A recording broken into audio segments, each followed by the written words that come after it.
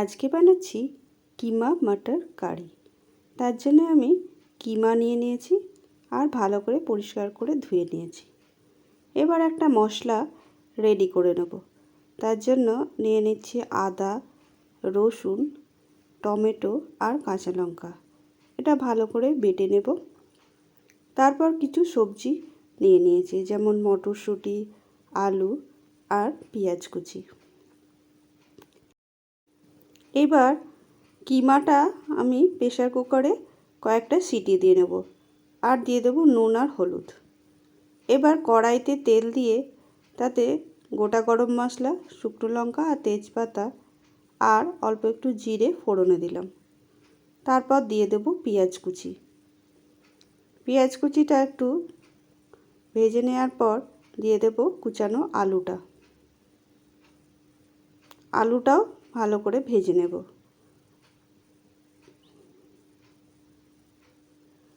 তারপর দিয়ে দেব নুন আর হলুদ দিয়ে ভালো করে ভাজা ভাজা করব।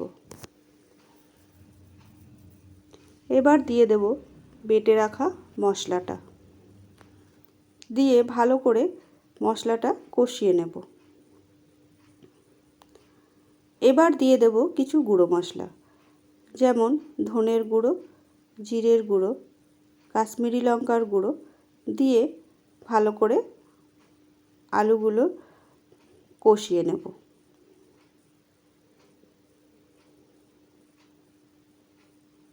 আর গরম মশলার গুঁড়োও দিয়ে দেব। তারপর দিয়ে দেব মটরশুঁটিগুলো, যাতে মটরশুঁটিগুলো এবার সেদ্ধও হয়ে যায় আর ভালো করে মশলার সাথে মিশে যায়। এবার 1 চামচ চিনি দিয়ে দেব।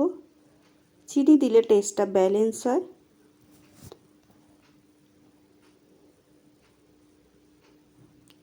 এবার দিয়ে দেব সেদ্ধ করা কিমাটা।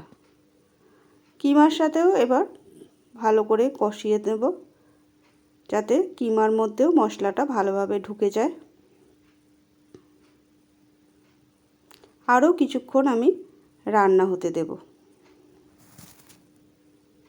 এবার দিয়ে দেব কুচানো ধনেপাতা। এবার ধনেপাতাটা পুরো সবজির সাথে মিশিয়ে নেব। ধনেপাতা দিলে একটা সুন্দর ফ্লেভার হয়।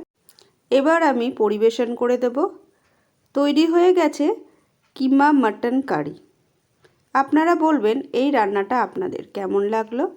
যদি ভালো লেগে থাকে তাহলে একটা লাইক করে দেবেন। ধন্যবাদ।